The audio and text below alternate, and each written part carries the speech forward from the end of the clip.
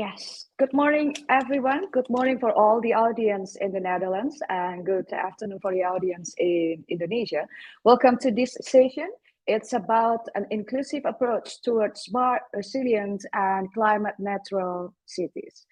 Please allow me to introduce myself. I'm Rosalind Siburian, and I'm the chair of the INP Indonesia. And INP Indonesia is the organizer for this session. And INP Indonesia stands for Associations of Indonesian Intellectuals and Professionals located in the Netherlands. So we facilitate experts and knowledge sharing between Netherlands and Indonesia. So today, this morning, right now, we are glad to welcome great academicians and practitioners willing to share their knowledge in these sessions. I'm also welcoming the members of the Indonesian Institute of Architects, EAI, who are attending the sessions. At the end of the sessions, I will give you the link to claim your credit points for the membership. So we will start with the first speaker, and we will divide into four presentations. The first one, we will start with the introductions about smart cities. And the second one is about the placemaking and go on with the best practices of placemaking overseas. And lastly, we will know what kind of tools that can support that activities. As the first speaker is Rizal Sebastian. And I would like to welcome Rizal Sebastian to be online on stage. Yeah. And let me introduce him a little bit. Dr. Rizal Sebastian is a full professor of applied science. He is the chair of the research group of future urban system in the Hague University of Applied Sciences in the Netherlands. His expertise focuses on smart cities based on knowledge of architecture, civil engineering, and ICT. Complementary with his academic role, he works as a senior advisor for the digitalization in sustainable built environment at RVO, an executive agency of the Dutch government. He has also served as a scientific expert in several EU innovation programs. So, Rizal, the floor is yours, please. Thank you very much, Rosalind. And special thanks to Nuffic Neso Indonesia for hosting me here at your office in Jakarta. So I'm actually very happy to be here since I was born in Jakarta. So it's always nice to be back in my hometown. I received the scholarship from Nuffic to study in the Netherlands. So I'm also happy to be back at Nuffic. And as a Dutch citizen, I'm also feel very welcome at the Dutch embassy here in Jakarta. So I think I need your assistant to share the presentation.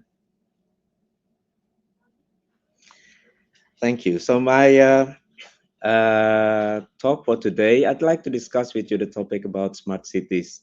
And I hope our discussion will become a useful input and also inspire more discussion and collaboration between the Netherlands and Indonesia, especially in relation to the development of the new capital city of Indonesia, the Nusantara. So before I continue, I think, check the system, can I?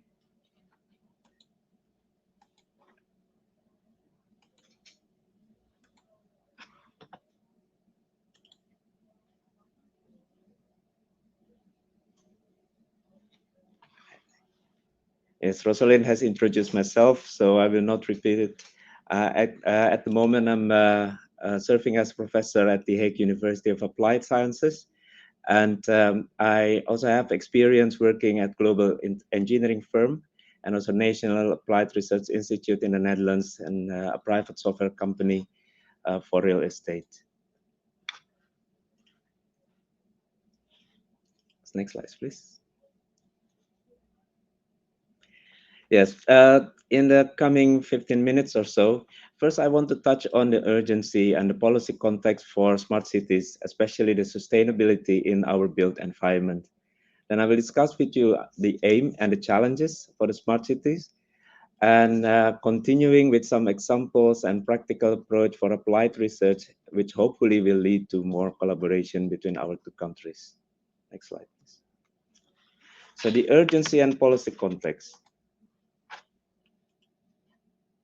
Yes, as we all know, cities are very important. Uh, this is a global challenge, a global topic. And if you are familiar with the Sustainable Development Goals, and I'm sure after 3 days of this conference, everyone is familiar with this SDG, you might notice that the SDG number 11 is about sustainable cities and communities. Next slide. Why sustainable cities are important, why they matter. Uh, to start with, in Indonesia, more than half of the population live in cities, and the number is growing. In the Europe, in the EU, the number is even higher, reaching 75% and still increasing. And the living environments in cities around the world are facing difficult situations. Take this for example. This is a fact from the World Health Organizations about the air quality in cities. And it mentioned like 9 in 10 people living in urban areas worldwide were breathing dirty air. So this is just one of the challenges in cities. And if you consider the built environment, which you can understand that city is the melting pot of buildings, infrastructures, and urban open spaces, public spaces, we will face more challenges, especially in the sustainable transformation. Next slide, please. So in Europe, we are promoting this European Climate Act, which is translated into the European Green Deal. And with the focus on the built environment, this is a very important action since buildings are the single largest energy consumer in Europe. Our buildings use more than 40% of the energy and contribute to more than 36% of greenhouse gas emission. So that's why it's important to focus on our built environment if we want to reach the target for the climate and for the Green Deal. Next slide, please. Especially for cities, the focus will be put on smart cities. And since this year, the European Commission has put cities on a high priority list in the EU mission, especially reaching the climate neutral and smart cities as one of the 6 EU missions. In the coming years, before 2030, we want to achieve at least 100 climate neutral and smart cities in the EU. And the Netherlands is participating with 7 cities, as you can see on the screen: Amsterdam, Rotterdam, The Hague, Groningen, Utrecht, Eindhoven, and Helmond. And other countries are participating with different cities as well. And if we zoom in into the Netherlands, next slide, please. The government is committed to promote and even accelerate the sustainable transformation of the built environment. For you from the Netherlands, you might be familiar with this policy program, which is called Versnelling Verduurzaming Gebouwde Omgeving, which aims to accelerate our sustainable transformation. Before 2030, we are committed to renovate 1.5 million existing dwellings. And before 2050, 7 million dwellings and 1 million of other buildings should be independent from natural gas. So we should rely on renewable energy in our built environment. Next slide, please. So having this in mind, what are the main aim and the challenges of smart cities? Most people would think of smart cities about ICT and digitalization. But I would say, before we think about ICT as enabler for smart cities, we might think first about the real goal, the real objective of smart cities. First thing first, cities is about livability, it's about living environments. So it's about the people. So smart cities should actually optimize the livability for the people. And secondly, the climate neutrality. So we are talking about planet. And then the productivity. So it's about prosperity. So cities is a living organism. So we have business activities, market activities in the city, and we are not only thinking about profit for the commercial purposes, but well-being of everyone. So on the right side, you might be familiar with these 3 Ps of sustainability: people, planet, and prosperity. And this is the main aim of smart cities. Next. A city is not a city without the people. So in the next presentation, we will listen about placemaking in cities. Uh, I want to emphasize placemaking in smart cities. Next, please. What is smart cities? The practical definition of it in relation to the three main aims of smart cities, we can think of, first of all, the abilities of smart cities to connect, digitally connect the users, buildings, and infrastructures. And secondly, its ability to adapt to the changing users and the environmental needs. By doing this, a smart city will be able to self-optimize itself to reach the optimal sustainable performance for the urban systems. Next. And the connection and adaptability of a city will facilitate the placemaking for the inhabitants. Next, please. I will illustrate some of the challenges with real examples. If we think about the livability, climate neutrality, and productivity of smart cities, we might think of these three challenges. Next. First, but energy transition. An energy transition in the city is not about individual buildings of individual users, but it should be done collectively. Next. And of course, the circular construction, especially if we think of the built environment. Next. And the climate resilience. In the next slides, you will be able to see some real issues and real examples, especially focusing real challenges for applied research in what we call the twin transition, green and digital transformation of our urban environment. Next. To start with the challenge about energy transformation, energy transition. This is an example. This is a real neighborhood in The Hague, uh, where some colleagues of my university also live in. You know, the neighborhood contains a number of households and people who are really committed to environmental sustainability. Their motivation before they collectively take the initiative to build and to run their neighborhood in a very sustainable way is the being a positive energy district.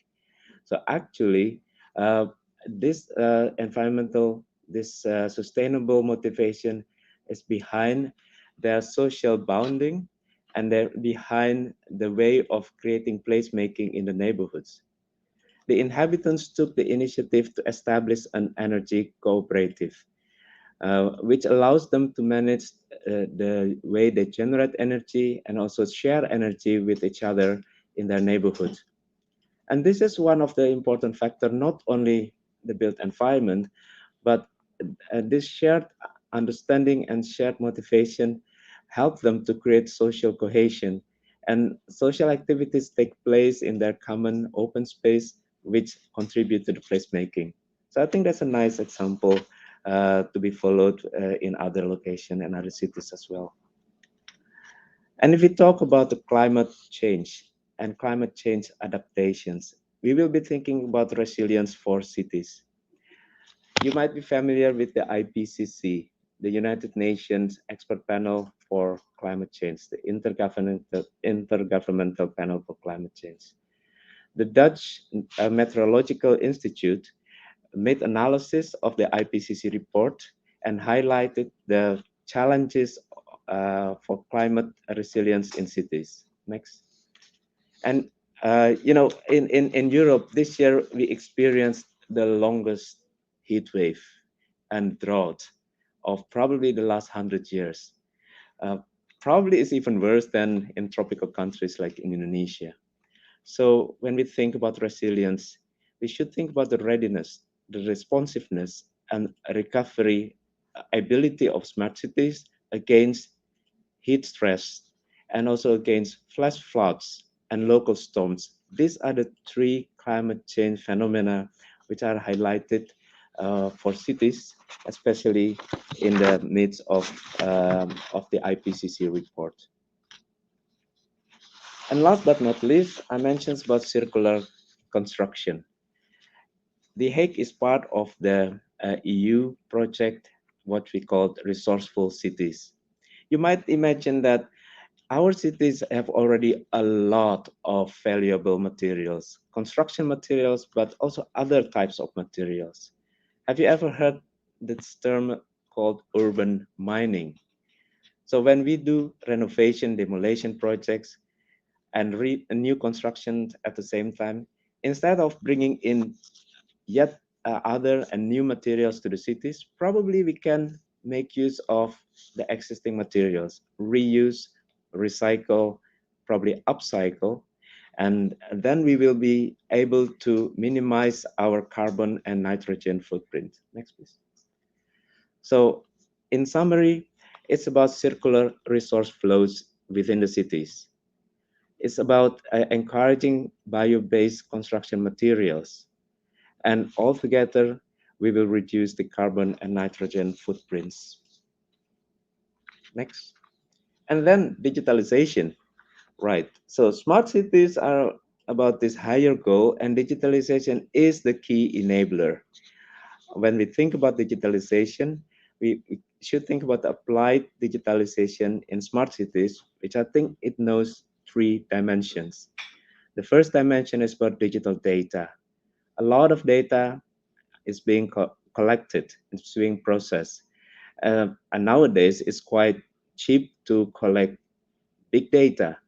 The question is how to be able to manage this data in efficient information models.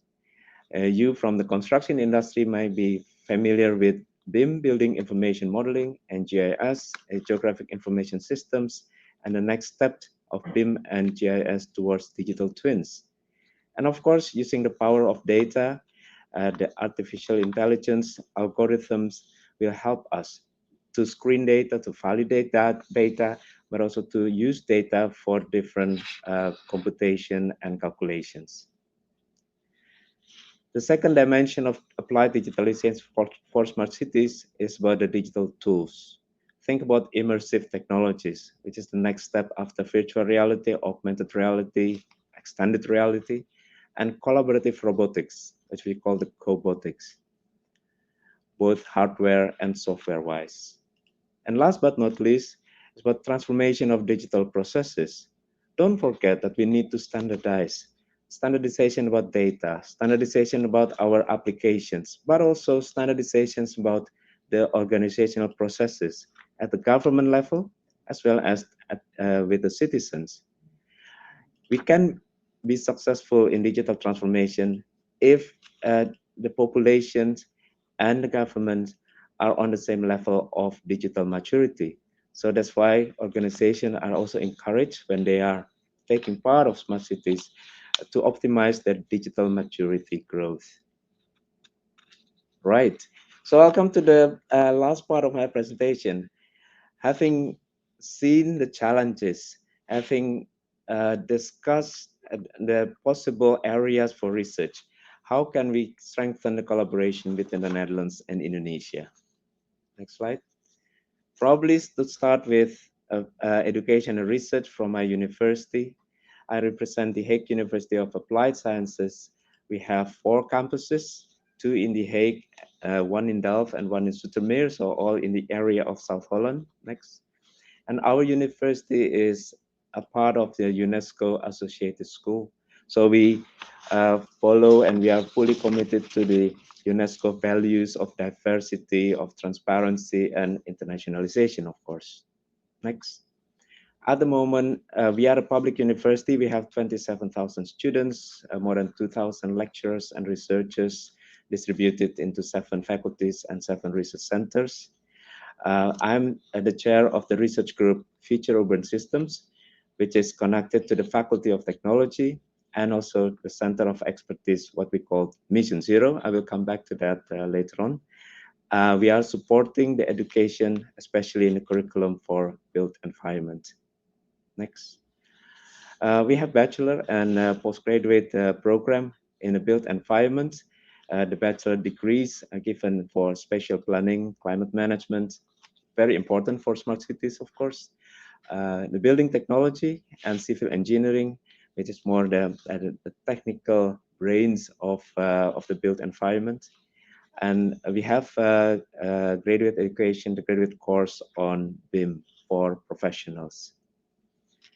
Next. And when we do research, this is, I think, I have a short movie about 1 minute. Our approach for research is not theoretical at all, because we are focusing on practice research, applied research, involving all the communities and the local governments. So I think in this short movie, you will get an idea about how we do research in what we call living labs, which is organized within the knowledge center, our knowledge center mission zero energy, zero resources. So we are very motivated for sustainability. Just one preview, the movie is in Dutch. So for you in Indonesia, you can have a foretaste of the Dutch language. It has a subtitle in English, but I think it will be fun to watch to all of us. And often, probably you can help with the movie. Duurzame wereld. En dat kan bijvoorbeeld hier, een klein dorpje. Passerende trein! Dat vraagt om geluidsschermen. Heb je gelijk een mooie plek voor zoveel mogelijk zonnepanelen. Dus, techneut erbij, even sleutelen. Is de wereld weer een beetje beter, toch? Maar daar denken de omwonenden misschien anders over. The subtitle does not appear. Om dit op te lossen maken we er een living lab van, waar we samen onderzoek doen. Een onderzoeker en studenten van het kenniscentrum brengen iedereen bij elkaar. Uiteraard ook de omwonenden. Is er draagvlak? Wat minder geluidsscherm en misschien doorzichtig. Maar dat beïnvloedt de oplossing van de techneut en ook de business case. Zo moet je samen tot een balans komen. Eerst testen en samen de balans vinden.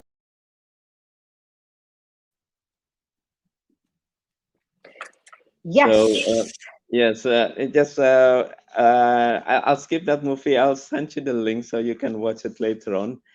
And just last slide, if you can share this, the PowerPoint once again. Yeah. Yes, this the this link is the final slide, Rosalind. always there. Yes. Okay. Sorry, Thank you. one last slide. Okay. I missed the final slide. Yes. Yes, next slide, please. Yeah, and just to close, there is an opportunity, and I'm aware of the NWO Marian Fund dedicated to Indonesia, to the collaborative research. So if you have ideas for innovation, you can contact me, you can share with us, and probably we can set up a proposal together. And of course, my former colleague from TNO will present innovation for development. I think we can bring things together, and also involving the Dutch organization who are active in Indonesia. Next. And thank you very much for your attention. Rosalind, back to you. Thank you. Yes, thank you, Rizal, for extensive explanations about smart cities. Now, as Rizal mentioned in his presentations, that the role of that placemaking has a role in smart cities, and it says that a city is not a city without the people. So this is the part, the interesting part begins. To get to know more about placemaking, we will continue to the second speaker, and that is Widiani. Yes, we welcome Dr. Widiani. Widiani is an assistant professor in the architectural design program at Institute Technology Bandung. And the fun fact is, she was my lecturer back in the college days. Glad to have you here, Mbak Widi. And Widiani's research bring people and places together. In her current research, she is focusing at the physical environment and placemaking, as well as how people's daily routines and shopping habits change during COVID-19. Placemaking is a strategy and an activity for her. And as a response, 2 years ago, she began offering placemaking courses, noted, which feature community engagement as part of their curriculum. So, Mbak Widi, floor is yours. Yes, thank you, Rosalind. Hi, good morning, good afternoon, everyone. I would like to share my presentation. Okay, yes. So, to continue what Professor Sebastian mentioned about the need to have a sustainable city, And because we know that a city is nothing without people. So I would like to explain what placemaking is and why it is necessary for our better future cities. I would like to start with definition and then objectives and the importance of placemaking, key requirements for placemaking and the challenge. So let's start with this garbage. If you see this trash in your garden, I think you will undoubtedly clear it up, right? But will you, however, tidy up this trash if you find it in the park? Perhaps no. So, using this as an example, we can see that when a community or the individuals who live there feel connected to the location where they live, they are more likely to be concerned about what's going on and they are likely to care more about the place. However, if they don't attach to the place, they won't assist either. With placemaking, we want to make people attach, connect with the place they live. And placemaking may take place in any setting, such as public space or park, or it may occur also in a specific area, neighborhood, or even in a city. But as long as there is a social interaction that will create sense of place attachment, and sense of belonging between the individuals. Placemaking, according to several sources, is the process of building high quality environment where people desire to live, work, play, and study. Placemaking has a long history in urban studies and practices. I know that placemaking is not a new concept, as Jane Jacobs explored in the 1960s, as did Herbert Gans or William White, who highlighted the significance of public space for livable cities and how people shape space into place. So, welcoming a place that is feel welcome, safe, and walkable, and it makes people having a strong sense of place will make people and sometimes where the place is lively, unusual, intriguing, visually appealing, sometimes with public art or creative activities. This how the major of people feel about their houses. We think that once people or a group engage with a place, they will begin to form attachment to it. That's why we need to develop some strategies to increase involvement. So, in order to do so, placemaking embraces many fields of endeavor from engineering, economics to sociology, art, and architecture. Placemaking cannot be done without the community's involvement, as we know that the placemaking approach relies heavily on community. Understanding who the users are in a scenario is important. And because each users may have own characters, culture, and behavior, its setting may have a distinct making strategy and solution. This is a picture of my students working together with children in Kampung to create their own playground. Placemaking, placemaking has a dynamic characteristic. We know that the community is changing. They evolve, come and go, and become older, as well as regulation and stakeholder relationship alter. A setting should constantly be responsive to the context and circumstances in order to be agile. It should include a vision for the communities. As, a, as an example here is a square in Bandung as is a public park. but it is also permissible to worship at particular times. And placemaking characteristic is also bottom-up with transdisciplinary expert to build community ownership through each phase of the process.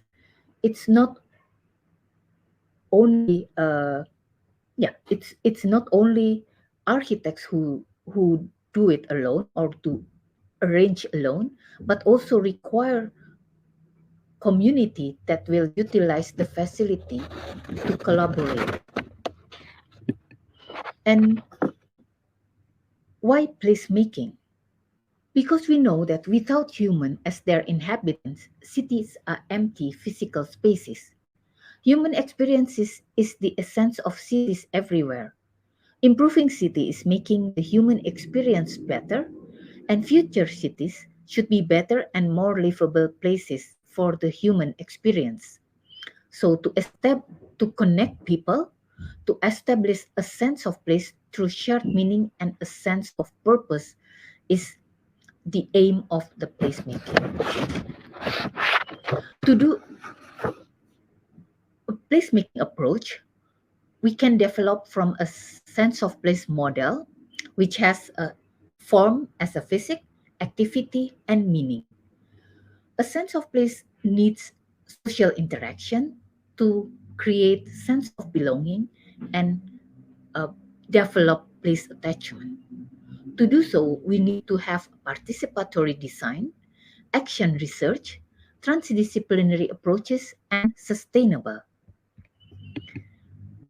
And it's not that it sounds easy, but actually placemaking is less frequently practiced. Why? Because placemaking requires a proper management for good places. It's also involvement of social life, community, and sense of place in the beginning of the process, so it cannot be done later on. And it requires good rules for human scale, the strict human scale of design, and it needs the standardization of construction work, and it involves more than just focusing on economic outcomes. It should be thinking of prosperity for everyone. Placemaking has play important roles on SDG. Because the aim of placemaking is contributes to good health and well-being. A good place will empowering gender equality and reduce inequalities.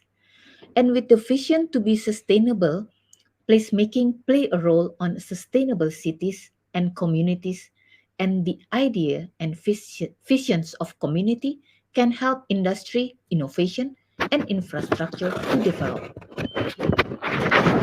The challenge of placemaking is a potential conceptual instrument for inclusive governance in the deliberative and participatory process of space management.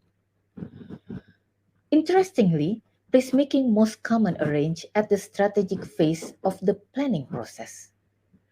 But nowadays, placemaking is still underrepresented in the design and implementation stages. So what can we do? We can start with do placemakings by social interaction. For example, we start with participatory design, involve communities, include them in our design. And for action research, we can learn from emergent practices and trends, what's going on in placemaking. And with transdisciplinary approaches, we can also learn about to make a collaboration with among stakeholders, government, private sectors, experts at the universities, and also disseminate the placemaking concept in every disciplines.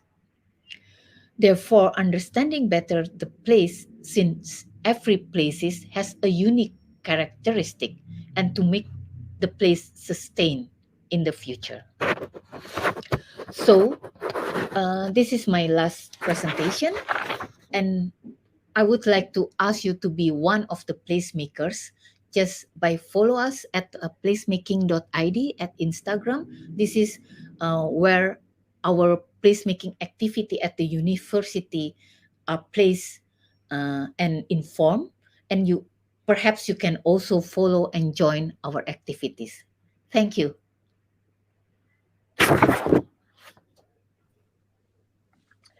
Thank you very much, Mbak Widi, for a great presentation. And now we are moving forward to our third speakers, and it is Lisette van der Rijn. But anyway, we flashback a little bit to what Mbak Widiani has explained. She has introduced us to the concept of placemaking, as well as the necessity of placemaking as the main soul, let's say, of a city. There are, of course, some challenges. Therefore, let us hear the placemaking best practices from the Netherlands and perhaps some other European cities. And it is our third speaker, Lisette van der Rijn. Yes, I will shortly introduce Lisette van der Rijn. She is a senior advisor at STIPO from last year. And she graduated as a construction project manager from South Bank University, London in 2002. In Hong Kong, she worked for urban discovery on the relevance of architectural heritage for livability in Asian cities. Together with Lisette, STIPO created the City at Eye Level Asia book. In the Netherlands, she focuses on urban livability, sustainability, and co-creation. Lisette aims to bridge the gap between technique and human scale, between project teams and community. Topics which interest Lisette are energy transition, good and inclusive growth, and societal impact. So Lisette, the floor is yours. Thank you so much, Rosalind, for this kind introduction. And thank you for NUFIC and the Embassy of the Netherlands to invite me as a speaker. And thank you to IMP. I'm very, very happy to be here. Let me share my slides. So, I have had a kind introduction already. I work for STIPO. STIPO is an Amsterdam-based small company. We work on human scale cities at the city at eye level. We have actually global reach because we are a network organization, and within placemaking, we work a lot with Placemaking Europe, one of the network organizations in Europe that we helped to kickstart, and also Placemaking X, which is a global organization which stimulates placemaking in throughout the world. As Rosalind said, I'm one of the initiators of the book City at Eye Level Asia, which basically aims to really help to make a network of people like all of you, like-minded people that have an interest to have a nice human scale city also in Asia. I'll come back to that later. Let me check my second slide. I'm one of the last encounters that I had was in Indonesia, and actually in Kota Tua and Jakarta was in 2014, already a long time ago, but this was at a beautiful placemaking initiative, the Creative Arts Festival in Kota Tua, and I'm super happy to maybe a little bit contribute to longer collaborations and more collaborations within placemaking between Indonesia and the Netherlands. So we heard already a little bit about, hey, cities are basically nothing without the people. But more and more we see these kinds of pictures floating around. I'm always amazed when I'm at an urban development conference. We don't see any pictures of the actual people that make the city. It is more like this, right? And we always say, if you lead your city development, your urban development by design, this is what you get. A lots of design. Beautiful designed places, beautiful designed squares, but not so friendly to the human scale, not so warm, not so inviting. Beautifully designed playgrounds, maybe not so inviting for the actual children to explore and play and make mistakes and learn. And yeah, same like if you design your community around cars and traffic, what you get is more cars and traffic.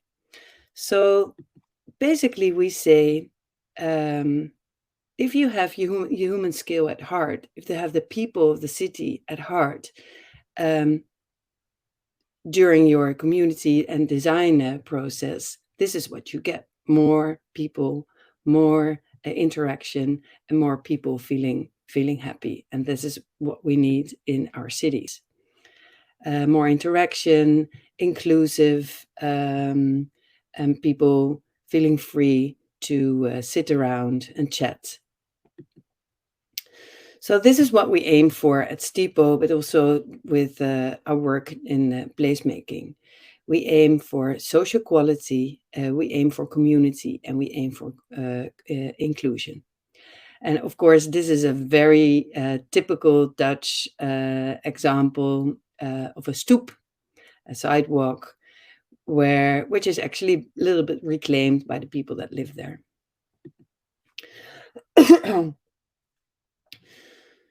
So this actually means, if we think back in time, and I'm very happy that Dr. Widiani already shared the Indonesian context of placemaking, and there's lots of overlap in our thoughts and in our ideas, and actually grateful for that, because now we get to meet, and now we can continue to collaborate on these themes.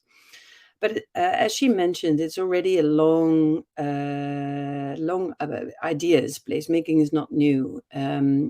We base our thoughts on Jane Jacobs, obviously, but also on Jan Gehl in Denmark, who basically says, when you think about cities, you first think about life, then you think about spaces, and lastly, the buildings that will stimulate that life within the cities.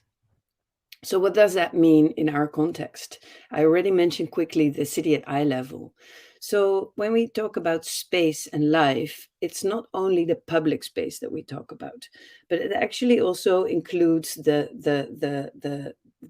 ground layer, we call it the plinth of the buildings that surround that space. Because this is what we experience when we as humans, users, residents, we roam in a city, and this is where we want to feel at ease. So luckily, there's a lots of research already within this area, and this is something that we can focus our designs from, but also in our inclusive and placemaking approach. We can use these ideas. So people find it super pleasant to stay in public space when it's kind of like informal. It's not so designed, it's not so perfect. It's kind of like incomplete, where people can still add something of their own. Basically, it needs to be inclusive, right? Everybody needs to be welcome. Kind of like an innovation, but not in a sense of an innovation that should be super well organized, but also innovation that it appeals to certain kind of people. And this is basically based also on research that is done already decades ago by William White. What do we need? We need food. Well, especially in Indonesia, this is, I think, a basic ingredient. We need places to sit. people should be okay in watching people, watching others. This is I think a basic human need, right? Sun, maybe more in Western Europe. Shade, definitely in the areas in Indonesia and Southeast Asia. So placemaking, as already Dr. Widiani also said, it's not just about beautification. It's really about building a strong community and an inclusive community around the place, so that people can feel welcome. So how does placemaking differ from conventional planning and development? Well, in certain areas it does. And let me put on my glasses to help me read.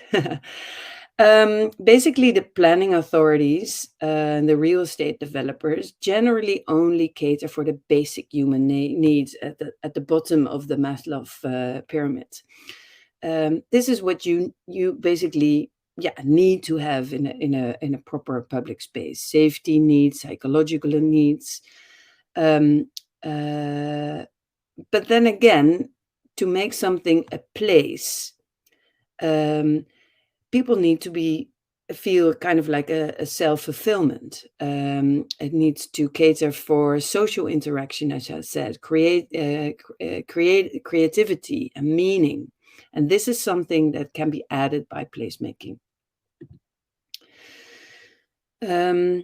So it's super important, as Dr. Widiani also mentioned, to build a social network within the areas that you want to initiate placemaking.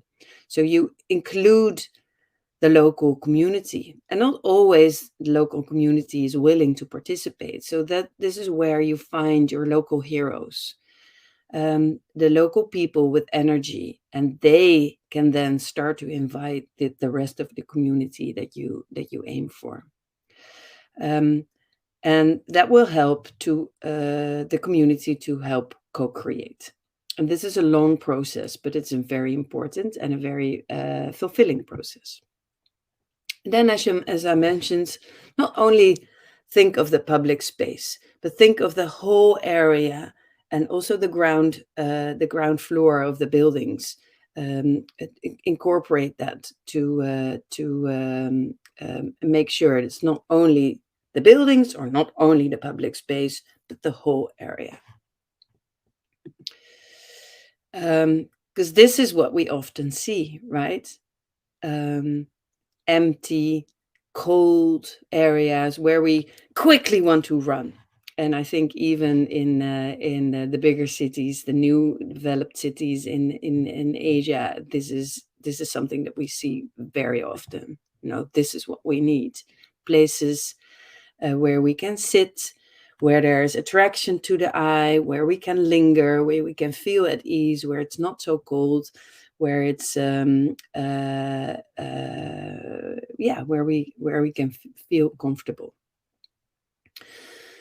So when we talk about placemaking or good public space and the co-creation, we need to design our processes differently. We incorporate creative initiatives to really appeal to the community around, to make sure that I can say something. I'm allowed to say something. Hey, I'm even allowed to co-design. I'm even allowed to cooperate. I don't know. I notice a lot here working in the Netherlands, there people are a little bit hesitant. The faith in the government is really low. The faith in local government is really low. They say, okay, yeah, we can think, but probably the organizations and the local authority will not take me seriously and will not really use my thoughts and ideas. So I'm not going to say anything. So there's really a hesitant and people don't want to participate, which really is a pity, because we start to understand that without the local ideas, everything is top down, and it actually doesn't really work. So whereas traditional planning is top down, placemaking planning is really a continuous circle. And one of the things that is really helpful within placemaking, it's about being quicker and lighter and cheaper, which means that there's a lot of like a temporary design interactions with temporary activities such as yoga. This is in a square in Rotterdam, right in the center. But also temporary places to sit where you can try out what works and what doesn't work. And this is in Milan, where in the last 3 years they have reclaimed 40 squares from the cars to the public. So all these squares used to be places where people would park their car. And just by simply painting and putting some temporary furniture, people start to reclaim these super important public spaces. And this is in the Netherlands, in Amsterdam, where one of our colleagues, they said, okay, let's completely rethink the use of public space. And he opened an open air hotel just for a few nights. So I think what is super important is that placemaking is something for everybody. It's not just for the community. It's not just for the activists. It's basically also something that we all need to do as investors, as designers, as public authorities, and lastly, of course, as the local community. Everybody should try to act like a user with a placemaking mindset. And like a city, it's never ever finished. So with investors, we call it more place-led development. Together with the designers, we call it more like place management. And the local authorities and the local community, they call it more like placemaking activation. Just quickly, I know my time is running out. You can follow us at Stipo, but basically I think the most interesting thing to learn more is to go to the City at Eye Level Asia. This is a book that you can download for free from our website. And it's a book that contains all kinds of theory, but most of all kinds of best practices throughout Asia. And we are open source, so you can download it here for free. But actually, we are continuing to stimulate a City at Eye Level network and a placemaking network also in Asia. And we have quite a lot of contacts. So I really urge you to connect to us or connect to the Facebook group Placemaking Asia. And then I really hope to continue to work with you within this global process on placemaking and making our cities better for people.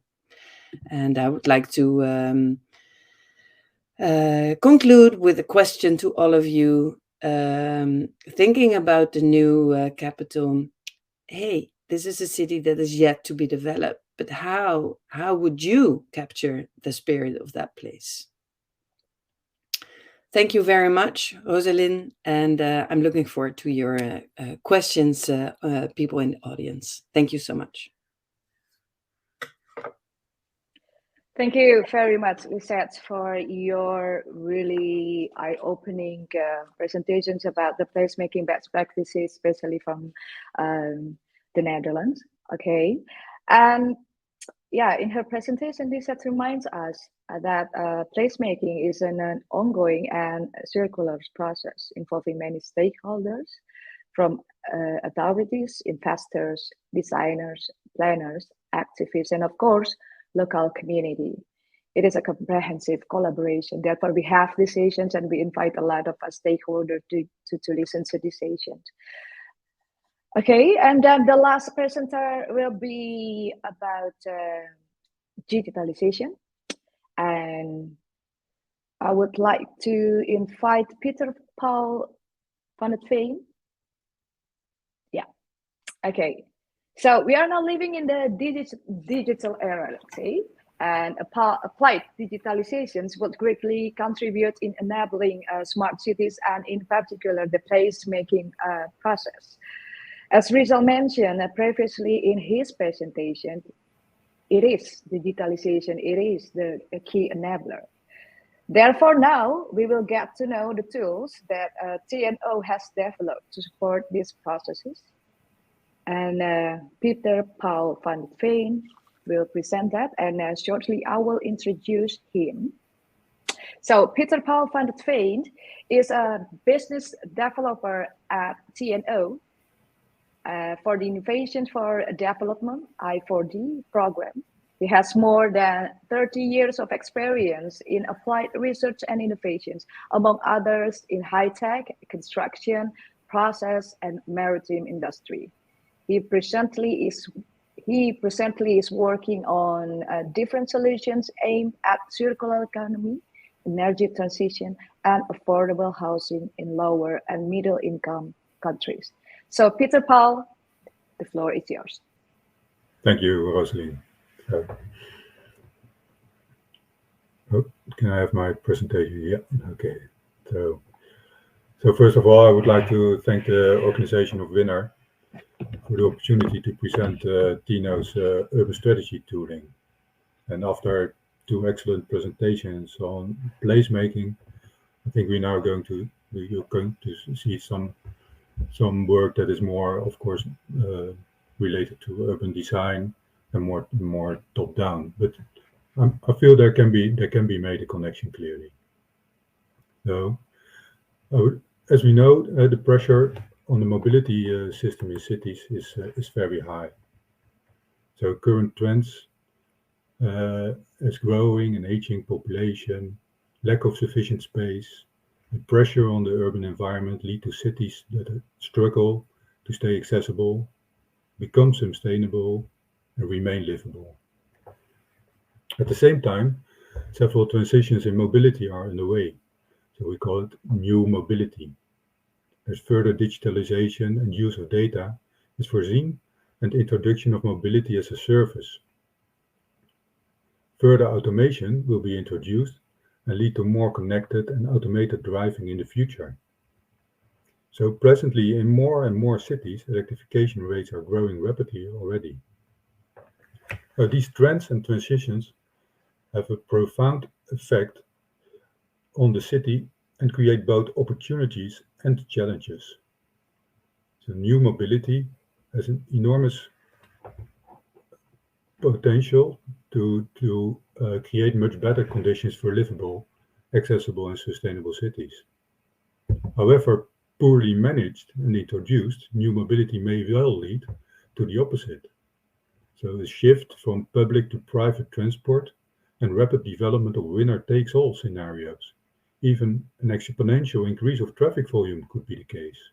So more congestion and pollution could occur, and also there could be an imbalance in the traffic mix in the end, leading to ill-designed infrastructure.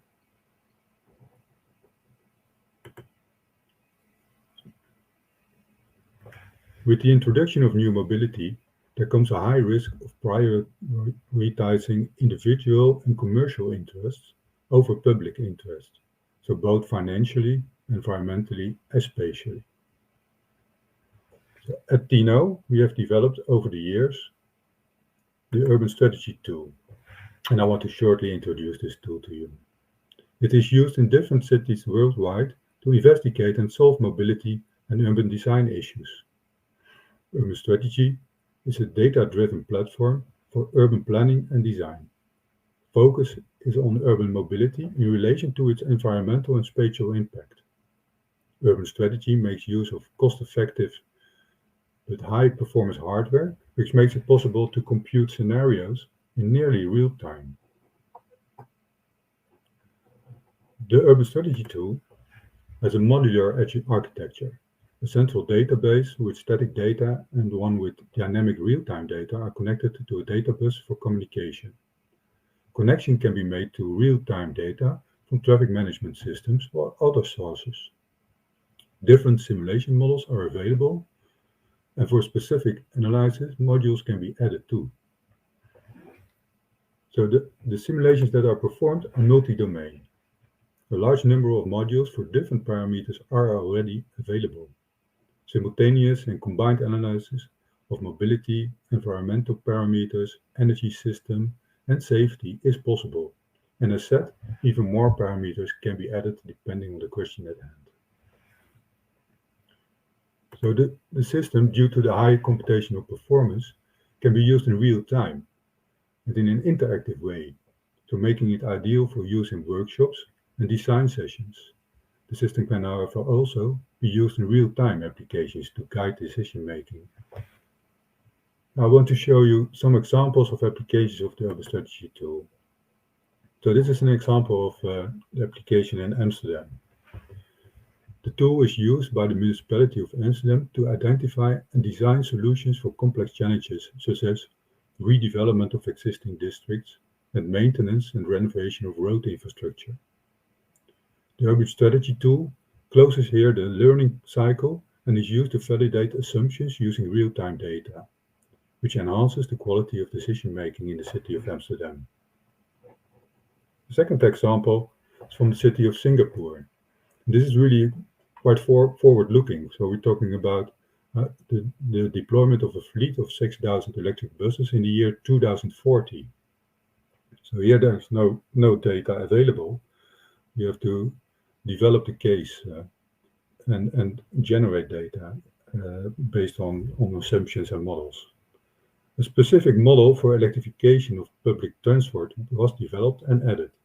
A multi-domain optimization study was performed using relevant information about the local situation, the ambition of the city, and regulations in the city itself. But also included were the operational parameters for the public transport system. So the use of different technological solutions could be evaluated in order to come up with an optimal solution. And as we're talking about 2040, the system is still used by the local authority to optimize their design. And then the next example. This is an example from the island of Curaçao in the Caribbean. So here a digital twin was made for the combined public and private mobility system. And the transition was to develop a roadmap. Here was the effort was to make a roadmap for the transition towards an integral mobility system in which public and private providers of transport would supplement each other, and costs for lower income groups would be reduced. So the digital twin is currently hosted by the University of Curaçao, and further research is underway. And then towards, because this I think is a very nice example of inclusivity also, but here then we go to a greenfield approach. Here then we talk about the city of Shenzhen in China, and here the urban strategy tool was used to develop a completely new district. So here we have a greenfield development, 16,000 residences, 16 larger towers, and also, of course, the question of how this in this area all functions could be included, and what would be the effect on air quality and noise.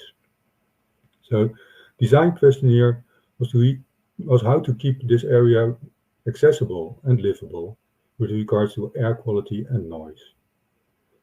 And the results showed that using the tool, an optimal balance could be achieved. To wrap it up, the current trends in cities in combination with new mobility solutions require multi-domain analysis to safeguard accessibility, environment, and livability.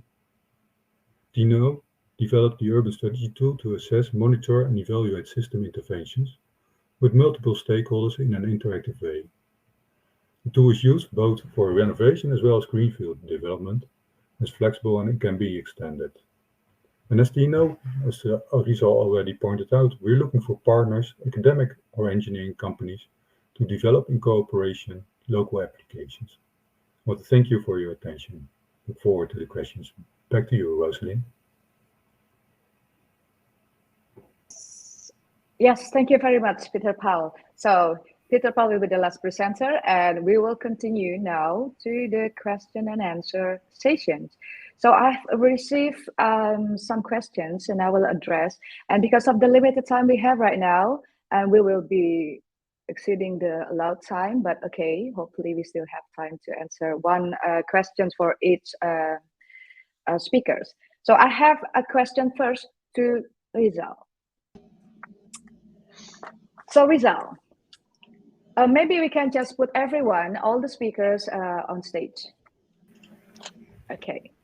So Rizal, as I understood the concept of placemaking, it is a bottom-up approach, or maybe circle, as Rizal also mentioned, and it's community-driven. On the contrary, I understand that smart cities concept is more into a top-down approach. It's more into traditional model. How do you think the authorities and planners of the new capital, Nusantara, should integrate these two different approaches? Please. Well, thanks for the question. So top down and bottom up, I think we should meet in the middle. It's very Indonesian way, right?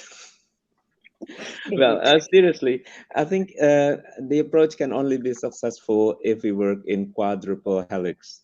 That means the government, the citizen, businesses, and also academia. So that's the way we create an inclusive smart city. And I think this should be taken into account in the integral planning for the new capital city.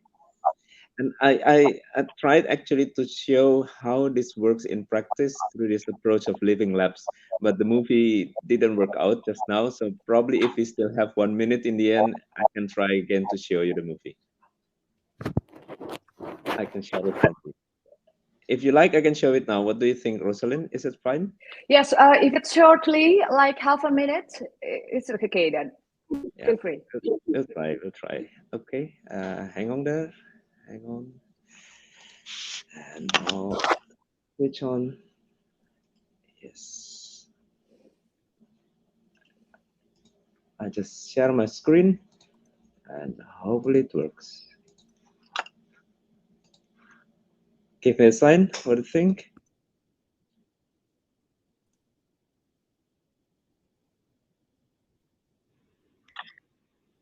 Oh, no. I think It's still in Dutch. it's still in Dutch. Sorry. So yeah, okay. Maybe yeah. we skip the movie part. Maybe you can explain more about it. Yeah, that's a good idea. So the approach is every time we think of a new innovative solution, we start with a small scale experiment in the neighborhood. We involve the local inhabitants and ask them to adopt the solutions, and we deploy students to take interviews and to monitor the progress.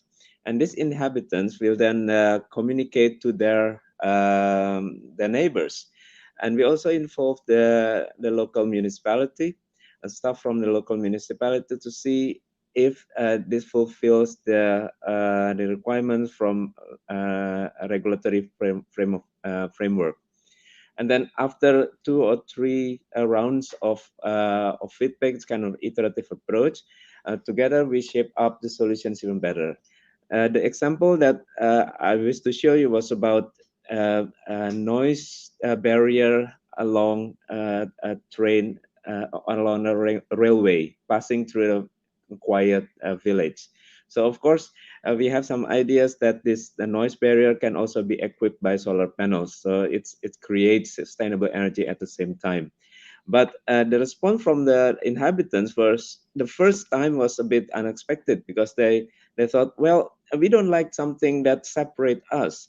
Can we make more transparent? Of course, transparent sound barrier will cost more than the traditional solution.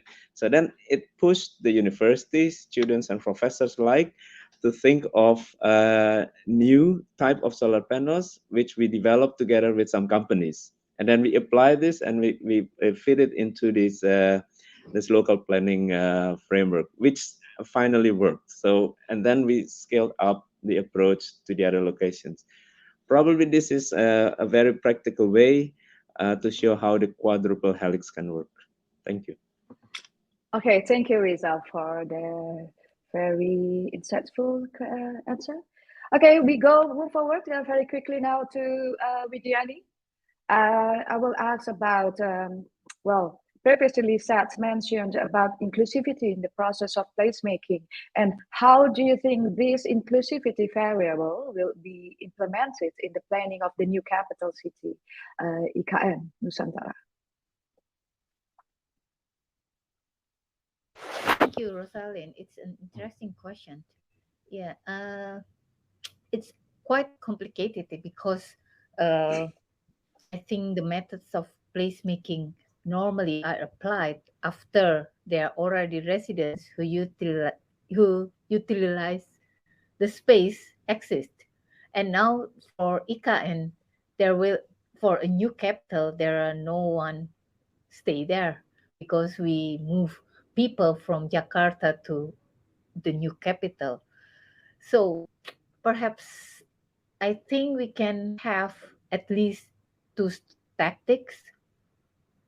To begin, we can during the planning strategy, we can do study with the to anticipated users who will be relocated to the place to the new capital city. I mean, and we can also ask them to construct not just facilities but also events and teach some of them to become a placemakers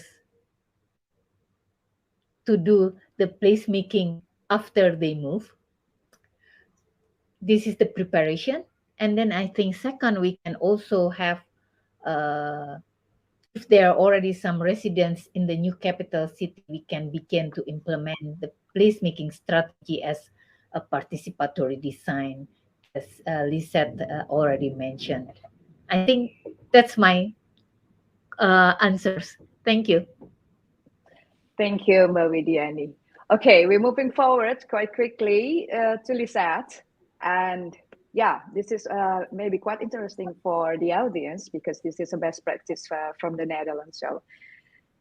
So from your experience and knowledge, I understand that placemakers need support from stakeholders.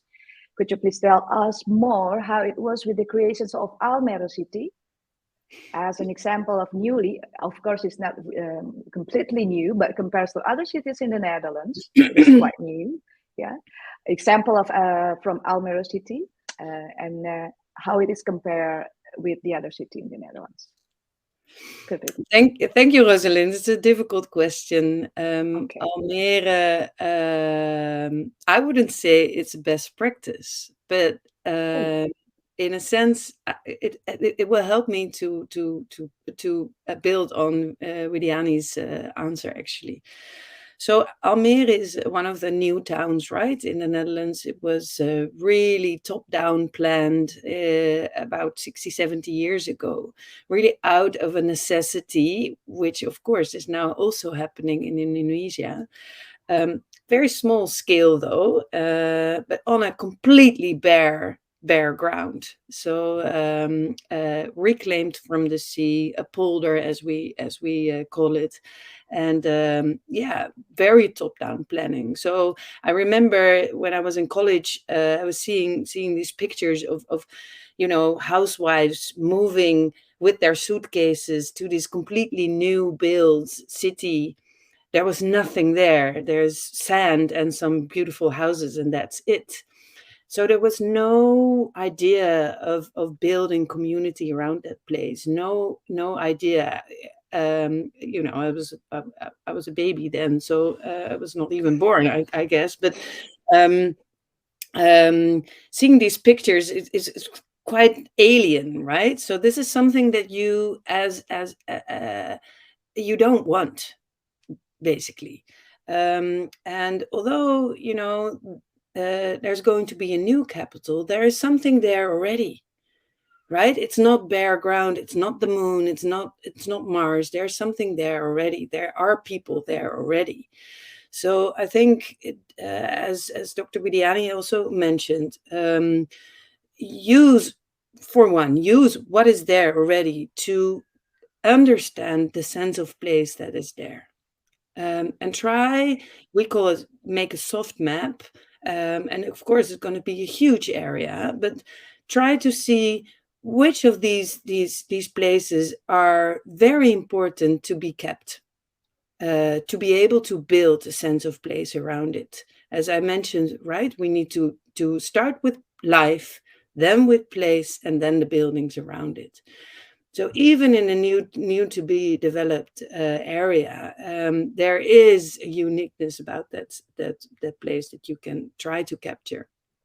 Then use the people that supposedly are going to move there. Quite a few will be known already, and use them in a very early stages to learn to understand what they need to build those communities. And perhaps it's not, making houses everywhere, making buildings everywhere, but try to move communities rather than to let it be all open. But it's a massive task. So super interesting.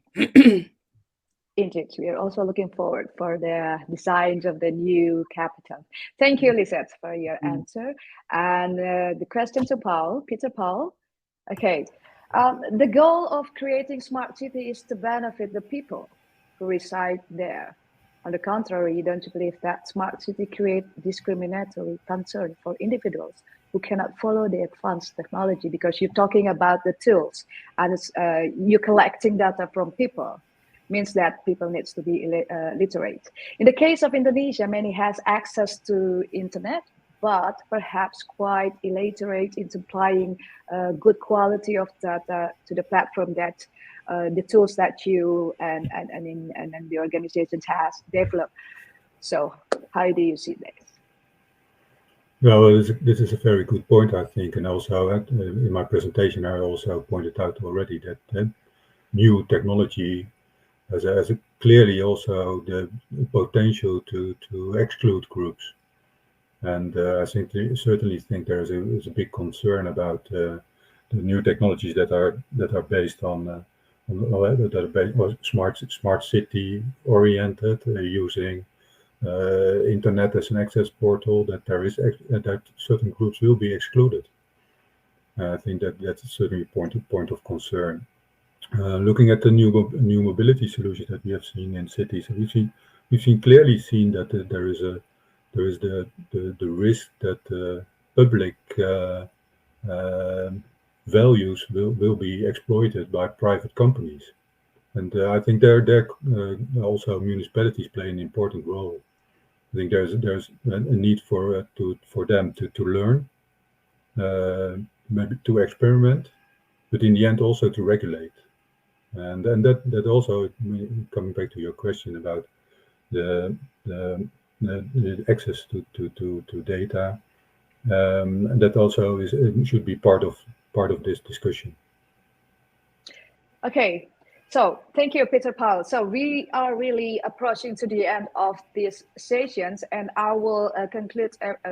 I will try to finish this with asking you, each of the speaker, to give a 1-minute closing statement with these questions. How existing technology can be employed for re-establishing the connection between city and citizens. 1-minute closing statement in regard to that questions, and it will start with Rizal, please.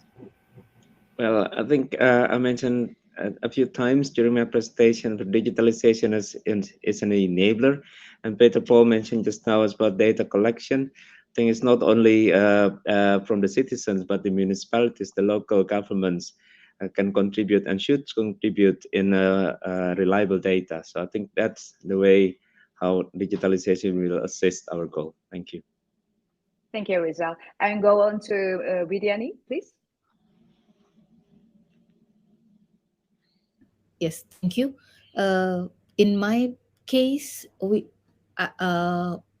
I with the students start to do the digital placemaking. It's not a it is a real placemaking, but by the use of app, we try to connect people with the technology. For example, how chairs can create a conversation, can create a eagerness to do the conversation to the person next to you, for example. So this is how we try to do as a digital placemaking. And thank you very much. Thank you. Okay, thank you very much, Mbak Widi. And Lisette, what is your answer there? Well, I would say, as mentioned already quite a few times during this panel, we are the city, right? So I would urge everybody to take ownership and take responsibility and not lean back and wait for others, the local authorities, the real estate developers, but also the universities. Like wait for others to step in and do it for you. No, we are all placemakers, even within this super complex situation. But I think we can all do our best to do something that feels good for us. So, yeah. Thank you, Lisette. And lastly, Peter Paul, please. Yes, it's technology is of course can be a blessing, but it's also sometimes it's really hard to manage. But we have to be aware of that. I think that is so that we, of course, it's interesting to see all kinds of electric vehicles coming up in cities, and that's a blessing. But we should be aware of that there is also a downside to it. And I think that in how these new technologies are applied in cities, there should be it should be awareness that there should be attention for inclusivity, for also equality and livability, and that it is not something that will come by its own. You need to have it needs attention. You need to be diligent also. Start experimenting, make connection, and then I think that's also the way to show to people how technology also is to their benefit and include the people. Thank you. Okay, thank you for all your insightful knowledge sharing for today. At this session, we are really exceeding the time that we are allowed to. I'm sorry to the organization, but this is really fruitful. This is a really fruitful session for us all, hopefully also for the audience. And thank you, Rizal Sebastian. Thank you, Widiani. Thank you, Lisette van Rij. Thank you, Peter Tol van de Tweens, and also the audience who are attending this session. And if you have still questions or would like to collaborate further, feel free to contact the organization. Feel free to contact the organization Nuffic Neso and VO Brind, because they have all the contact for all the speakers right now. I wish you all have a nice day in the Netherlands, and also have a nice evening in Indonesia. And hopefully we will see you again on the next winner next year in this kind of topic. Thank you. Bye all.